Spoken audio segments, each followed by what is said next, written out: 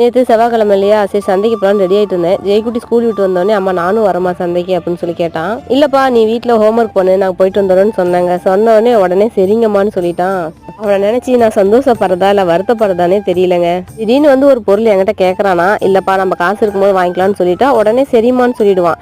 அதை பிடிவாதமா கேட்டு இல்லம்மா எனக்கு வேணும் அப்படின்னு சொல்லி கேட்கவே மாட்டான். ஒரு விஷயத்துல வந்து பரவாயில்ல நல்ல பையன் நினைச்சாலும் இவ்வளோ ஒரு ஏமாளி பையனா இருக்கிறானேன்னு கொஞ்சம் வருத்தமா தான் இருக்கும். படத்துல ஒரு டைலாக் வரும் இல்லைங்களா, ஒரு பொருள் மேல நீ ஆசைப்பட்டா மட்டும் போதாது, அதை அடைய புடிவாதம் பிடிக்கணும். நீ பண்ற புடிவாதத்துல தான் எந்த அளவுக்கு அந்த பொருள் உனக்கு பிடிக்கும் அப்படிங்கறது தெரியும் அப்படிங்கிற டைலாக் தான் நினைக்கிறேன். சரியா சொன்னா தப்பா சொன்னான்னு தெரியல.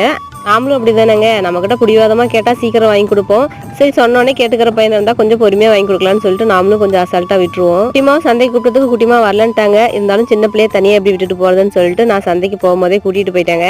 ஒரு வாரத்துக்கு தேவையான காய்கறி எல்லாமே வீட்டுக்கு வாங்கிட்டு வந்துட்டேன். நம்ம சேனலை சப்ஸ்கிரைப் பண்ணி லைக் பண்ணுங்க.